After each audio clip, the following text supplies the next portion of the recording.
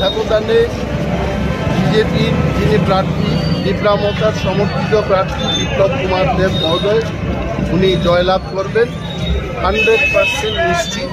এই বিষয়ে কোনো সন্দেহ থাকার কথা নেই। এই যে জনসমাবেশ, এই যে জনসমাগম, এটাই বলবে যে আগামী 19 তারিখ এপ্রিল মানুষ দুই হাত তুলে ওনাকে আশীর্বাদ করবে।